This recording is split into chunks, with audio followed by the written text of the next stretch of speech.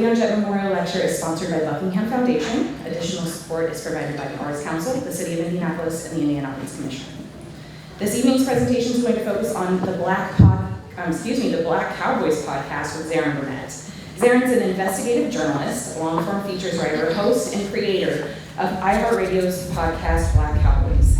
Growing up, Zaron's dad would fill his dreams with incredible stories of Black Cowboys because he didn't want his son's only image of Black people in American history to be slavery. Despite what Hollywood has taught us, 1 in 4 cowboys was Black. These stories tell a bigger, braver, and more honest history of America and inspired Zaron to work with his dad to share them in an incredible podcast. So please join me in welcoming Zaron to the stage.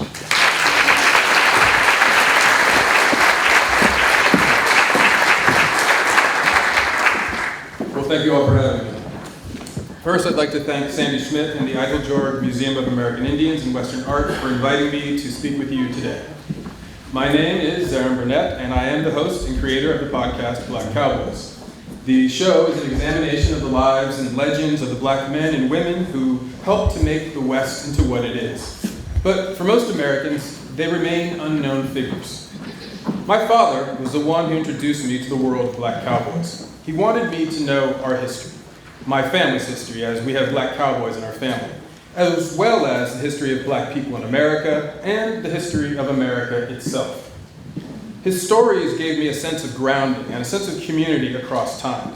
And so when I had the opportunity to tell stories of Black cowboys and cowgirls, I asked my pop to come on and have a conversation with me so the listeners could benefit from his stories the same way that I did as a boy.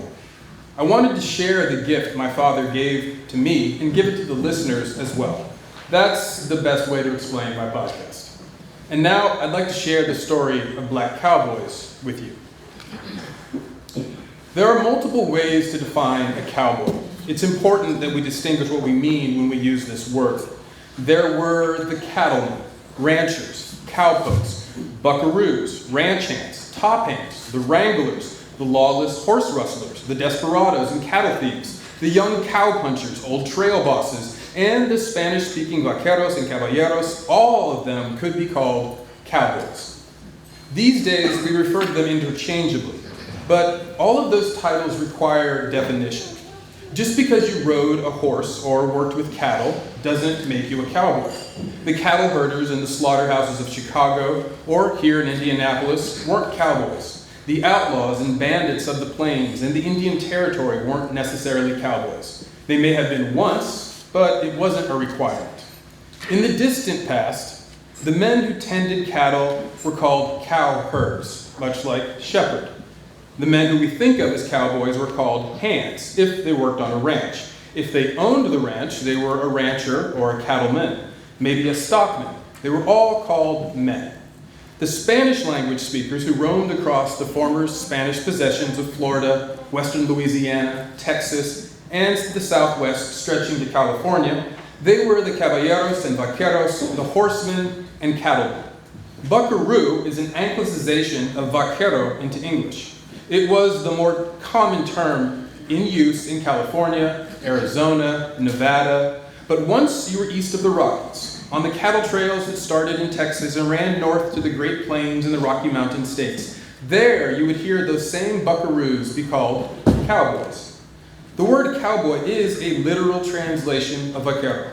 The first time it appears in print is in 1725, and it refers to those same folks, the cattlemen or the cowmen, except there's that age difference between man and boy. That's because the word was racialized. The word boy was a common term for Black men who were enslaved. Come here, boy. Go fetch me that shovel, boy. Those 2 boys over yonder are for sale. The word cowboy had its first widespread usage in Texas around the 1840s, where it was used to refer to the enslaved Black men who tended the livestock and herded the cattle from horseback. Then came the history-shaping war that threatened to tear the young nation apart over the issue of slavery. Once the Civil War was over and the issue was legally decided, if not completely settled, there was another big issue in Texas and the Indian Territory, which would come to be called Oklahoma in 1907. The problem was that the war had left great herds of maverick cattle who now roamed across the plains in unimaginable herds. While the Civil War was fought, longhorn cattle had been left to eat from the grasslands, breed and grow healthy and prosperous, and form into a wild herd. Now there were massive swells of cattle, and the ranchers of Texas needed men to round them up. The informally enslaved black men who'd been tending to the livestock, who knew how to tend and manage cattle from horseback and to move a herd, offered a natural answer to the cattlemen's problems. And so they became cowherds, ranch hands. But they weren't called that, since the formerly enslaved men had to be reminded by their former masters that they were still not equals, no matter what the law said. And so the black men couldn't be treated the same as the white men in Texas, thus they were called cowboys, which is one reason why you can say that the first cowboys were black cowboys. The first people to tend cattle from horseback in saddles with horns, using lariats and lassos, were black men and indigenous men working on the ranchos and estancias outside of Mexico City in those early years, just after Hernan Cortez arrived as a conquering force and took the great city of the Aztecs. The Spaniards and their allied tribes, who'd helped them to defeat their neighbors, required cattle for meat, and they demanded that the enslaved indigenous and the enslaved Africans that the Spaniards had brought with them, they should be the ones to tend the cattle. Together, the indigenous and the Africans created the traditions of the vaqueros, who would later one day be called cowboys. So that's another reason you could say that black cowboys were the first cowboys. But there are also the black cowboys of the Carolinas. The Carolinas were at one time the most valuable and productive of the English-speaking colonies. And in the early 1700s, there were black men on horseback tending cattle, and they were mostly from the Senegambian people of West Africa and other neighboring tribes. They had tended cattle in their homelands in West Africa, and they brought those traditions with them to the Carolinas, where they were enslaved and labored for English-speaking men who claimed to own them.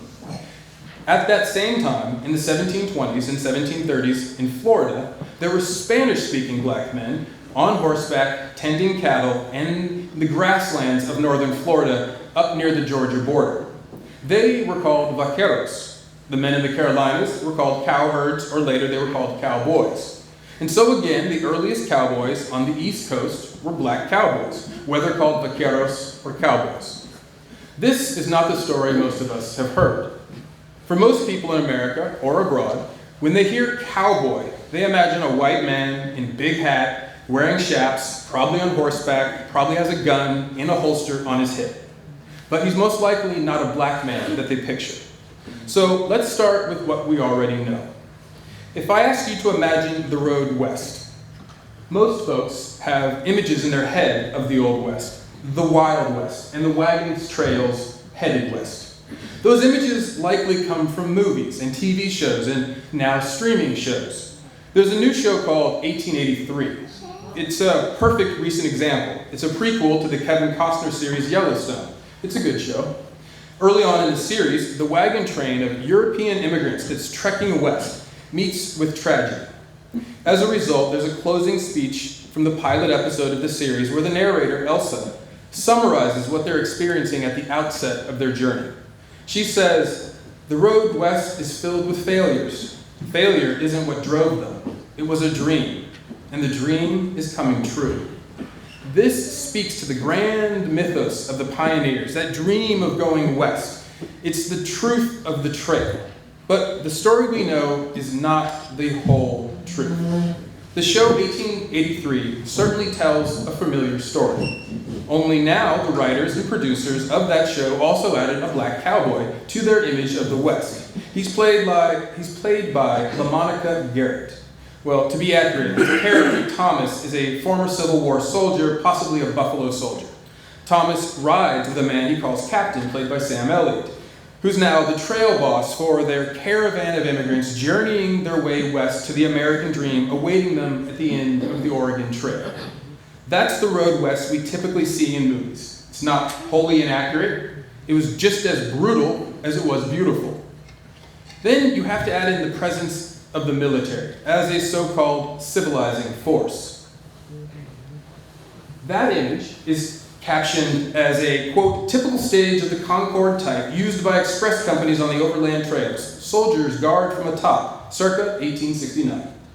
It was the army, the cavalry, and the Buffalo Soldiers who kept the sodbusters, those hard-luck farmers and pioneers, safe from hostile forces, which there were many, and did so until the fortunate ones could create a town, a place that one day could take care of itself.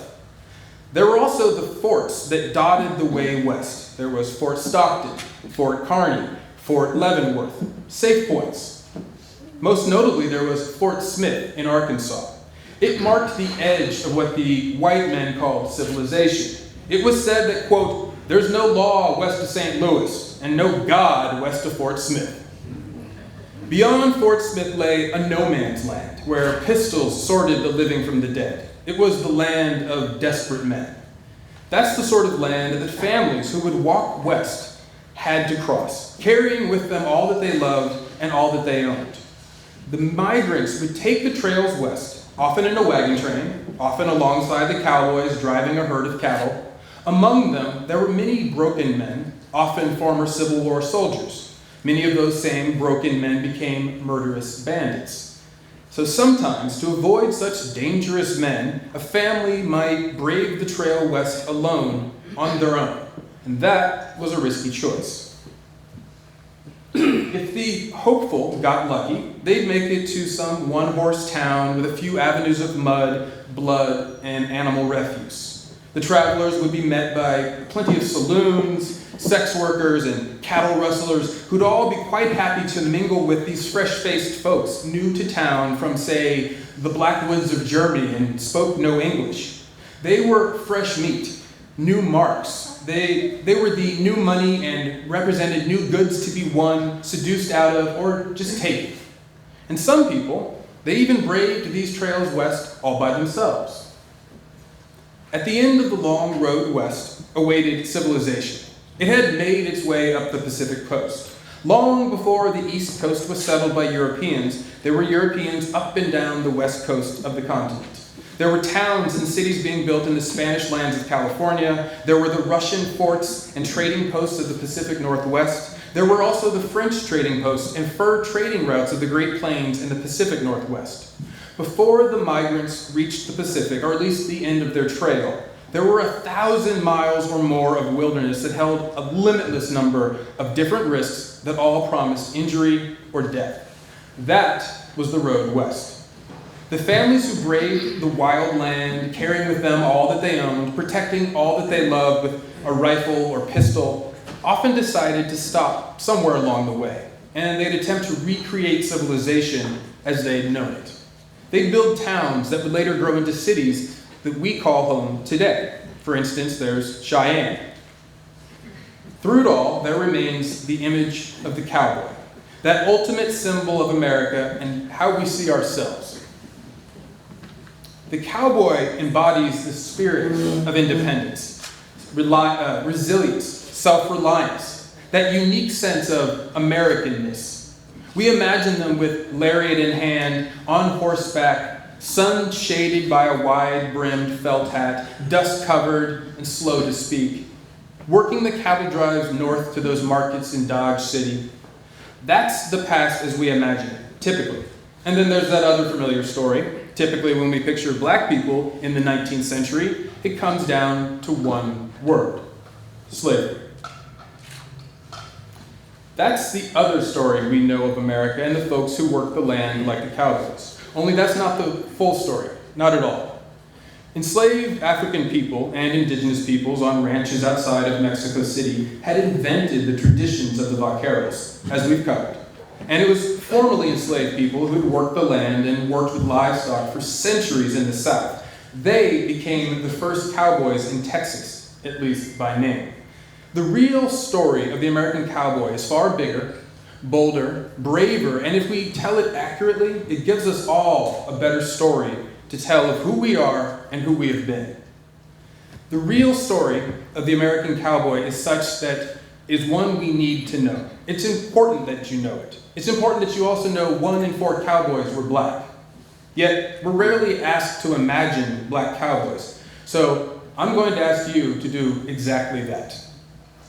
Imagine a black cowboy. His name is Nat Love.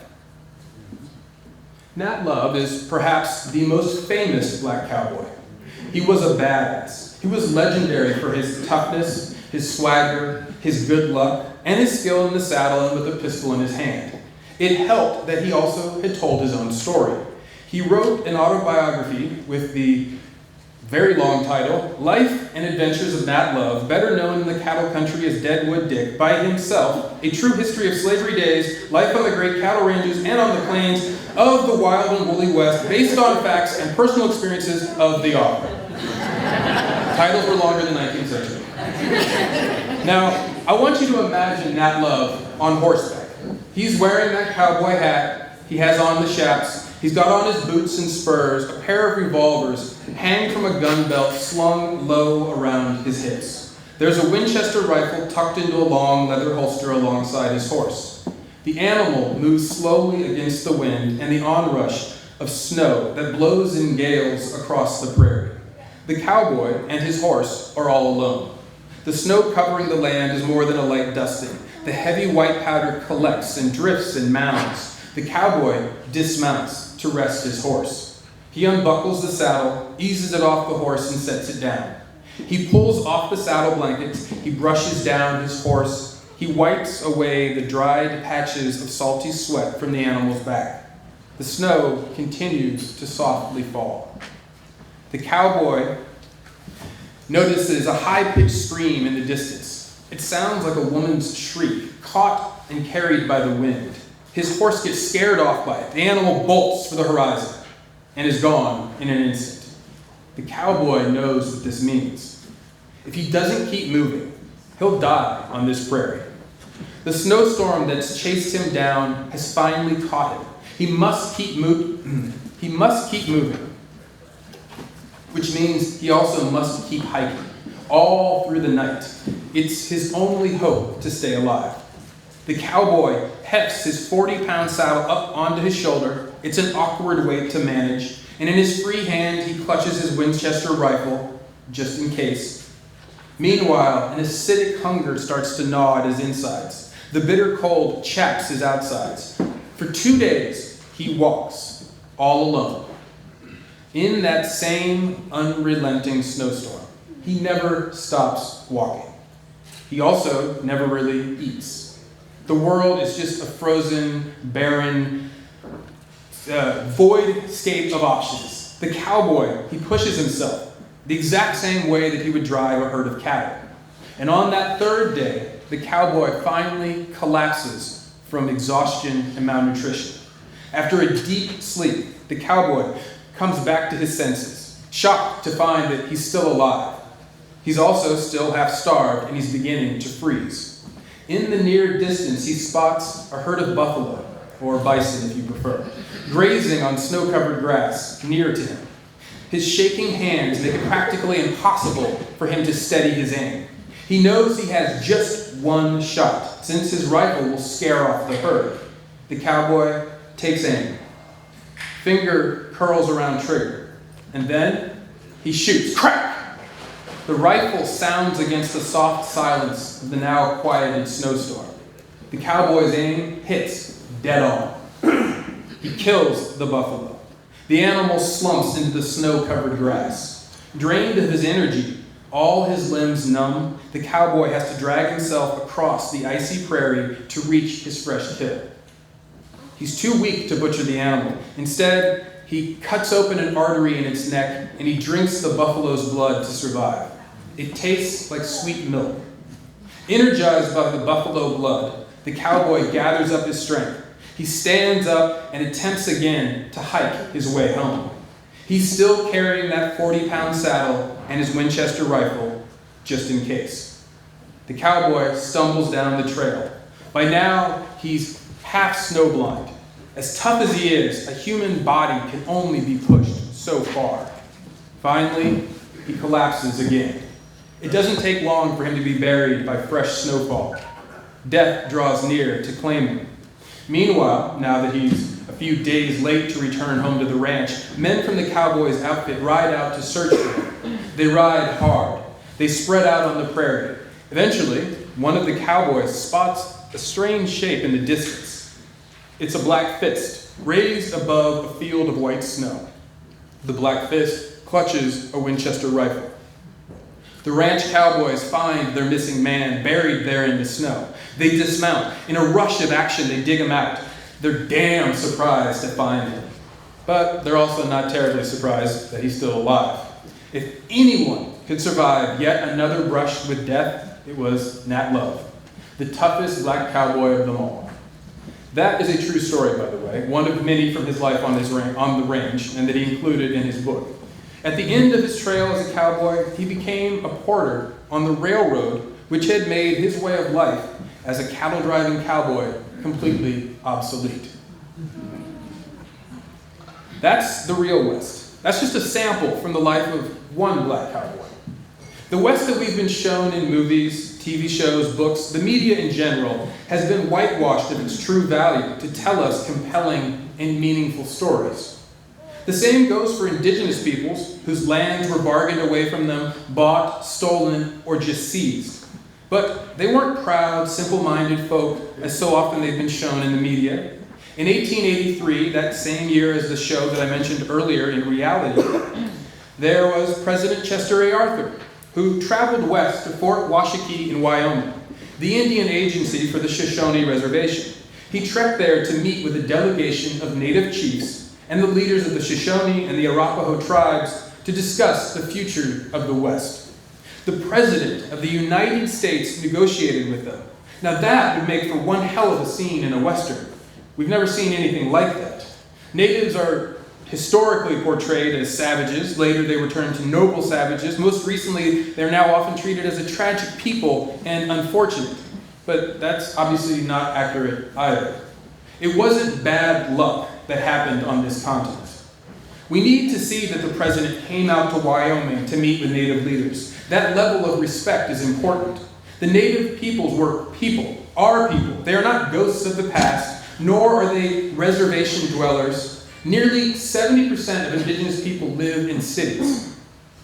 And that is not something most people seem to know. The realities that we miss because of the stories we've been told are many. They also blind us to the stories happening now. Okay, so back to our black cowboys. We have seen the cattle round up in Westerns. It's a common enough image of the West. Yet, if it were accurate, at least a quarter of the cowboys should be black. Try to imagine that. Now, to help your imagination along a little bit, here are some of my favorite black cowboys, men and women who deserve to be known as American icons. There was Bill Pickett. The first black cowboy to be inducted into the Rodeo Hall of Fame was a man named Bill Pickett. There is a painting of him on display in this museum. He deserves many such portraits. So far, we've talked about settling the West. Now that we're looking at black cowboys specifically, typically people will focus on cowboys as labor, or as lawmen, or outlaws. But the rodeo is something else entirely. It's Western recreation. It's how cowboys and cowgirls kick up their heels and have fun. By the end of the 1800s, once the West was, for lack of a better word, settled, and the railroad put most of the trail-loving cowboys out to pasture, the remaining cowboys and cowgirls could still earn a tough dollar by providing entertainment. That's how the Wild West show was born. It was a colorful and vibrant reminder of what fast was becoming a disappearing past. It was an act of intentional memory, an ode to a way of life. The greatest of all the rodeo showmen of the early days was a black cowboy from Texas named Bill Pickett. As a boy, he studied how a bulldog could bring down the biggest, meanest bull just by biting the animal's lip and yanking the rest of the beast to the ground. So that's what Bill Pickett did. Now imagine you're a cowboy, and here comes this kid, about 10 years old, and he says to you he can flip a bull. You, of course, wouldn't believe him. Then he proceeds to show you by walking up to some big old bull and then promptly getting into position so that he can bite the lip of the bull, which this kid does. And then he drags it down to the dirt. That is how Bill Pickett invented bulldogging. It's still a rodeo sport today. Only no one still bites the bull on their lip. Bill Pickett was one of the bravest, toughest, most prideful cowboys to ever try to wrestle a bull or rope a steer. There was one time down in Mexico City where Bill Pickett, he made a bet that he could do what the great matadors of the bull ring could not. He could toss a bull to the ground. The matadors took his bet. Who was this black cowboy to disparage the bravery of the bullfighters? The matadors had apparently forgotten that it was black and indigenous men who had invented the vaquero traditions that the bullfighters claimed as part of their lineage. The matadors had forgotten their own history, and instead they chose racism as their worldview. Bill Pickett proved their racist views would cost them, literally. He won the bet after he wrestled the most fearsome bull that the matadors could find. Despite rocks, bottles, and knives being thrown at him by the crowd in the bull ring, Bill Pickett hung on to that bull and he showed the world the resilience and the skill of a black cowboy. We don't have images of all the black cowboys I'd like to tell you about. There are so many black cowboys who are lost to the pages of history, whose stories we will never know. We have to imagine them. We have to fill in their places in our memories of the past, even if we can never really know their stories as they lived them. For every Bill Pickett and Nat Love, there are thousands of other black cowboys who must remain unknown spirits. In Black America, we call them the ancestors. That's a show of respect for all that they did to make the trail and to prepare the earth for us to walk upon it. As we talk about black cowboys, we do know. Try to imagine the thousands that we can never know. Their lives matter just as much as the outsized exploits of Nat Love and Bill Pickett. Another aspect that's important to keep in mind is that the black and native peoples shared a great deal of their histories. As Nat Love's life shows, and as many other black cowboys' lives depended upon, the community that they found with the people indigenous to the Americas. Native and black cowboys were common, especially in Indian Territory, aka Oklahoma. As the curators of this museum know well, the bonds between black and native people were and are a vital part of the West and of America. It was the native tribes who often accepted black Americans into their communities and did so in a myriad of ways. Starting with the Spanish expeditions, like the voyage of the conquistador Lucas Vasquez de Ayllón, who landed in the Carolinas in 1521. The enslaved Africans he brought with him to the Americas ran away at their first chance to escape. They disappeared into the new to them continent, never to be seen again. 1521. Or there was Esteban the Negro, who traveled with the conquistador Cabeza de Vaca, and together, in one of the most improbable journeys ever taken on this continent, they made their way from Tampa Bay to the Pacific coast, walking. Most of that trip was spent naked. They were passed from one native tribe to another, recognized as holy men. Or there was Nat Love's time spent among the Yellow Dog tribe, where he had his gunshot wounds nursed back to health and was then promised to marry the daughter of the chief. That is, until he stole a horse and escaped camp, riding nonstop until he reached home at his ranch in Texas. Throughout the West, there are so many partnerships between these two marginalized peoples. As well, native and black relationships were also common. In particular, I'd like to tell you about a black cowboy born of a black Cherokee mother and a Buffalo Soldier father. His name is Crawford Goldsby. But by the time he died at age 19, both the New York Times and his own mother called him the outlaw Cherokee Bill. Cherokee Bill was a perfect example of the fusion of black and native lives and paths. His mother was from the black Cherokee families living in Indian Territory. His father was a member of the U.S. Cavalry, a soldier in the 9th and 10th Cavalry, specifically the Buffalo Soldiers. But his father was also involved in a gunfight in a Texas saloon, where he had led a group of Buffalo soldiers into town to get justice for an attack on one of their number by the local racists. The black soldiers made it back to their fort, but later the Texas Rangers rode up and demanded that Goldsby face justice. In Texas, that meant the noose. The Rangers planned to lynch him. His commanding officer, a white man, told Goldsby to go AWOL because he couldn't promise him that he could protect him when the Texas Rangers returned to the Army's fort. So So Goldsby did exactly that. He took off and he fled Texas. He made it back home to Indian Territory, and he found his wife and young Crawford. He told her what he'd done down in Texas and said the Rangers may come looking for him, so he had to hide out. It would be the last time that young Crawford would see his father. Cherokee Bill had a temper like his father and the same sense of righteousness. As a teenager, he became an outlaw.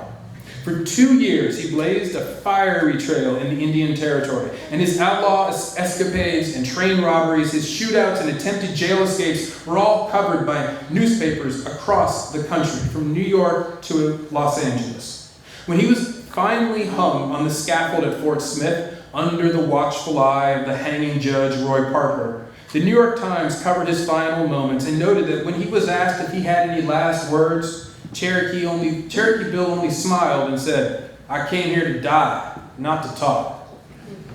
When he was finally hung on that scaffold, he was every bit the outlaw legend that Billy the Kid was and remains. And he was more of a folk hero and less of a psycho. But we have no movies about him. Well, that's not true. There was a film called The Cherokee Kid, starring the comedian Sinbad, but it has nothing to do with Cherokee Bill's real life as a folk hero. It's just a silly, dumb film that used his likeness because he was a black cowboy. But there is also a character named after him in The Harder They Fall, the more recent Western featuring a cast of black cowboys. Unfortunately, the Cherokee Bill shown in that film has no basis in fact or bears any resemblance to the real-life black Cherokee outlaw. Cherokee Bill was a real-life cattle-herding cowboy who blazed brightly as a headline-generating folk hero. He deserves a story about his short outlaw life. The audience deserves it too. He is a very American story. Another great black cowboy is Isom Dart. Isom Dart had been born in slavery, and he would later become an outlaw in the Wyoming Territory. His nicknames included the Black Fox and the Calico Cowboy. When he first arrived in the Wyoming Territory, the locals gave him the racist nickname of N-Word Ned. That is, until he shot the heads off of 5 chickens with a 6-shooter, which earned him a new nickname, Quick Shot. Down in Texas, Isom Dart worked as a cowboy. He also performed as a trick rider and a rodeo clown. Then he got ambitious, and he became a cattle rustler. He tried his hand at being a horse thief, which was a hangable offense in Texas, so he later relocated and left the outlaw life behind. But then in 1899, when a cattle war broke out between two of the biggest ranches in Colorado and Wyoming, the Two Bar Ranch Cattle Company and the Snake River Stock Growers Association tried to dominate the cattle market and price out and push out all the smaller ranchers, old Isom Dart returned to his lawless ways. He joined with Queen Anne Bassett, who owned and operated the Bassett Ranch. And they fought back, mostly by stealing horses and cattle. The big ranches then raised the stakes. They hired Tom Horn, a hard-nosed man and a hired gunman. He'd worked as a Pinkerton detective in the West and is credited with killing 17 men. After the Black Cowboy refused to leave his land, despite the threats from the big ranches and from the hired gun Tom Horn, the hired gun then surprised Isom Dart at his own home. As Dart walked out of the front door, Tom Horn shot him dead. He was buried there in Moffat County, there in Colorado. Now, 2 of my favorite black cowboys are definitely Jesse Stahl and stagecoach Mary Fields. Jesse Stahl was probably the greatest bull rider to ever ride a bull. That's not some overhyped opinion. That's what his peers said. He could also ride a bucking bronco to a standstill. He was a cowboy through and through, and he grew up working with livestock. He was born long after slavery ended. He was always a free man, but he wasn't always allowed to be himself and to do what he wanted, or even to compete. Jesse Stahl was often banned from rodeos in certain places, especially as the West grew more racist, as more civilization arrived and took hold in places where people once had to band together, regardless of race, religion, or creed. Everyone was equal then, but with cement and paved roads came systemic racism. Jesse Stahl was a California bull rider, so he faced less racism than in some other places in the country, but still, in California, he could be barred from competing as a bull rider, so sometimes he was only allowed to perform as a stunt rider. or as a rodeo clown. Other times he would be allowed to ride and compete, but then the judges would not score him fairly and would guarantee that he didn't win. One time, after a judge refused to give him the victory he'd won and the crowd knew he had won, Jesse Stahl protested by riding a bull backwards. He could also ride a bucking bronco backwards, and he could ride that bronco backwards until the animal came to a standstill.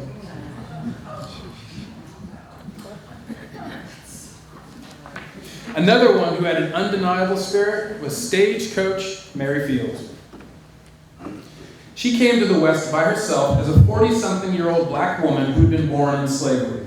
You want to talk about the land of the free and the home of the brave? Mary Fields is the embodiment of the best of America's sense of itself and the values that the nation holds in high esteem. Mary Fields was called Stagecoach Mary because she drove a wagon for the U.S. Post Office. Through rain, sleet, or snow had nothing on Mary Fields. Add in blizzards, rattlesnakes, bears, and raging snow-melt rivers. Mary Fields lived with an order of Ursuline nuns in Montana. She spent her days tending to the garden, working as a handywoman, and she spent her nights in the local saloon, where she smoked cigars and drank whiskey with the men in town. She was the only woman allowed in the saloon. She was also the only black person allowed in the saloon. But she drank with the mayor, so they made exceptions for Mary Fields. They even passed new civic codes for her. Her whole life, she was an exception. She was exceptional in so many ways. And she is but one example of the resilience of the black women who were pioneers on the high plains and the Rocky Mountain states. The black women who braved those mountain passes, who crossed the deserts west. The women who made a home in the territories and whose stories we do not know because being black and a woman made their stories twice as likely to never be told. There were many black cowboys who decided to leave America and to seek a better life in Mexico. Others chose Canada, like, say, John Ware.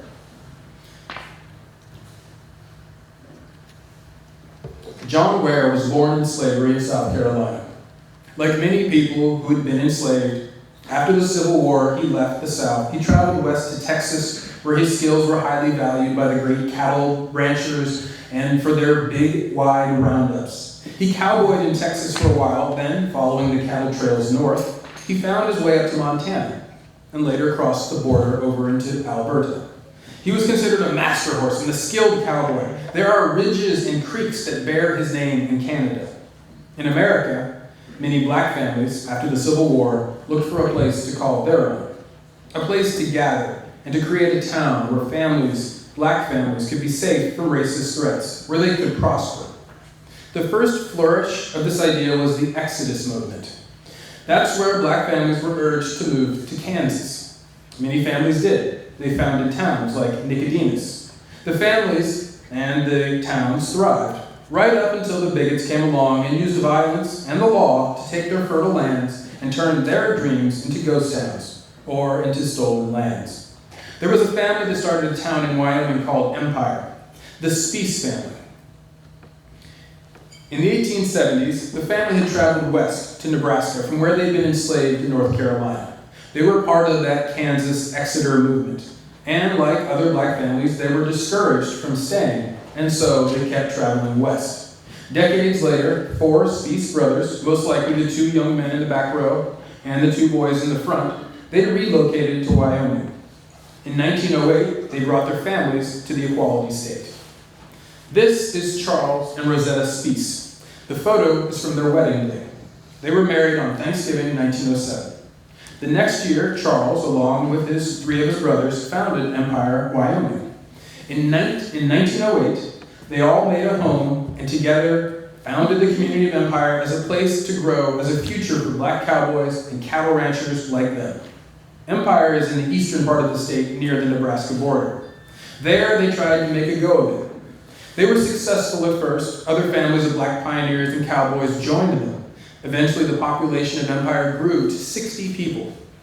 However, the public land that they were allowed to claim under the Enlarged Homestead Act proved to be difficult. It wasn't the best land for farming. That mostly had been claimed. There was also the racism and violence that they had to endure. One of Empire's leading citizens, Reverend Russell Taylor, founded a post office. He ran the school and was the pastor at the Presbyterian Church. His brother, Baseman Taylor, was later killed in police custody of the sheriff of the county.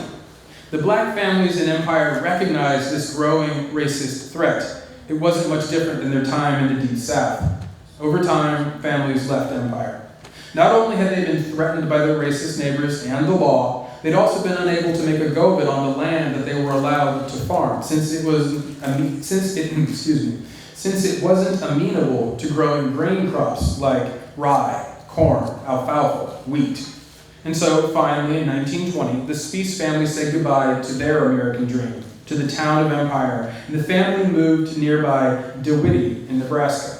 Again, Charles Speece tried to claim what public land was available to him. But he found that the local land agents were unwilling to accept his various claims of available public lands. Frustrated, Speece contacted the Department of the Interior, asking for assistance with his denied claims. He wrote a letter to the Secretary of the Interior. There's no indication he received assistance or a response. Finally, in 1925, the Speece family relocated again, this time in Sully County, Nebraska. Charles Speece was able to raise cattle. His family was able to make a go of it.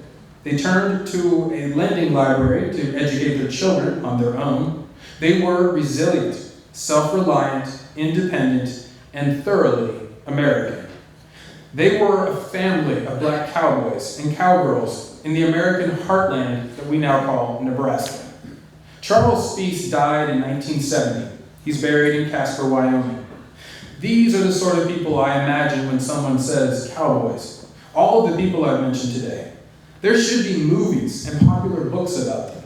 These are all great American stories. Now, there have been a few black cowboys who we have seen on the silver screen. The first was the bronze buckaroo, Herb Jeffries. Now, the bulldogger, Bill Pickett, was the first black cowboy to ever appear in a movie. He was the first one recorded on celluloid. He was filmed for a number of early silent pictures. But after Pickett, there was a 2-decade gap. Finally, in the 1930s, there came the first of the bigger-than-life cinematic black cowboys, the ones who exist on film, beings from a luminous past. The first black cowboy star was a man from Detroit, a smooth brother named Herb Jeffries. He gave black kids and other kids of color a cowboy hero of their own to look up to and to pretend to be when they played cowboys with their friends. He was inspired to make movies featuring black cowboys after he saw a boy crying in an alley. Jeffries was a singer. He was performing at the time. He stepped outside for some fresh air and he spotted a black child crying in the alley. He asked him why, and the child said that the other kids wouldn't let him pretend to be a white cowboy like Tom Mix or the other early cowboy heroes of the Western serial films popular at the time. So Herb Jeffries went out west to Hollywood, and he made movies so that young black kids had a cowboy to look up to and pretend to be. It was a gift that lasted generations. He was still a presence in Western reruns that mattered a great deal to the men and women like my father, who was raised in mid-century America. Later on came a man who meant even more to my papa, a man who was my personal favorite black cowboy of the big screen, Woody Strode. Against the mythic backdrops of John Ford's West, there was a giant named Woody Strode. He rivaled John Wayne as a towering presence in Western films. He was a hero for the ages. When he came on the scene, he changed everyone's view of what a black man could be. And not just the Old West, but what an American who is black could demand are his rights in the 1960s and 1970s and beyond. No one had ever seen a black man demand his dignity and be recognized for it in a Western. He changed people's view of the real past. No one before Woody Strode made all American audiences reimagine how a black cowboy looks and acts. He starred in classic films like The Man Who Shot Liberty Valance, The Professionals, and Once Upon a Time in the West. And you can draw a direct line between Woody Strode's performance in Once Upon a Time in the West and Jamie Foxx in Django Unchained. It's an unbroken legacy of badass black cowboys and black hats. Now that you've heard about some of the men and women of the West who are black, I hope that now when you hear someone say the word cowboy, you will picture more than just a white guy in a cowboy hat and dusty jeans. Instead, you might picture someone who looks like this. Or perhaps after this talk, you may let your imagination roam the plains of possibility, and you imagine someone who looks like this. Black Cowboy. It's also important that you don't just think of Black Cowboys as people of the past. They still exist. Whether it's the Compton Cowboys in LA, or the riding clubs in Philly, New York, and the cities on the East Coast, or down in Houston, where you might expect to see them, or in Oakland, where you might not expect to see Black Cowboys. But as we saw during the George Floyd protests, there were protesters on horseback in Houston and in Oakland. Meanwhile, there are cowboys like Mertis Dykeman. Now, Dykeman was a rodeo rider. Remember Charles Spies? He died in 1970. Mertis Dykeman was rodeoing in Salinas, California in 1967. Now, like Jesse Stahl, who rode bulls at the beginning of the century, a man who was famous in the 1920s and faced plenty of discrimination because he was black, Dykeman also rode bulls, only he was working rodeos at the time of the height of violence of the civil rights movement, when cities glowed with the fires of the summers of riots. Malcolm X had been shot and killed in Harlem. Martin Luther King would die the next year in Memphis. And at that same time, Dykeman was riding livestock in the rodeo circuit and fighting for respect and the chance to compete. As the great cities of the American civilization back east burned, Dykeman out west, a modern black cowboy, was still living by the codes and conduct of the trail and of those who came before him. Mertis Dykeman is a black cowboy, nicknamed the Jackie Robinson of the rodeo. He's a rodeo Hall of Fame inductee, a man living by the ways of black cowboys of the past. And he's still doing it today, passing on that tradition. In 1967, at the height of racial anxiety and violence in America's cities, at that time when he was asked about his future in the sport of rodeo, Dykeman told a reporter, "I don't have time to fool around. I want to see a colored man win." When the whole world seemed like it was burning, Dykeman was focused on being the best he could be. You see, for black Americans, the feeling that the whole world is upside down, or that it's divided, or violent, or increasingly polarized, those feelings are not new.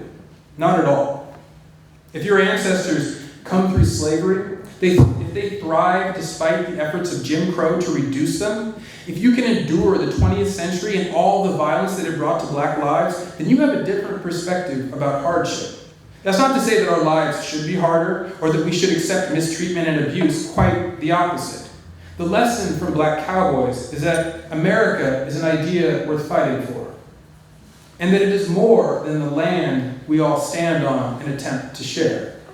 America is an idea, one conceived in liberty and dedicated to the proposition that all men were created equal. Black cowboys are proof that that proposition was correct. Black cowgirls are evidence it applies to more than just men. And for all Americans, black cowboys are evidence of our country at its best, even if their stories are also evidence of our country at its worst. Through it all, they believed in themselves and in the future of America, for them, for their families, and for their descendants. As one of their descendants, I know that I owe them more than I can repay. By sharing their stories, we honor their lives, and we can learn from their example. America at its best. Thank you. Thank you for having me.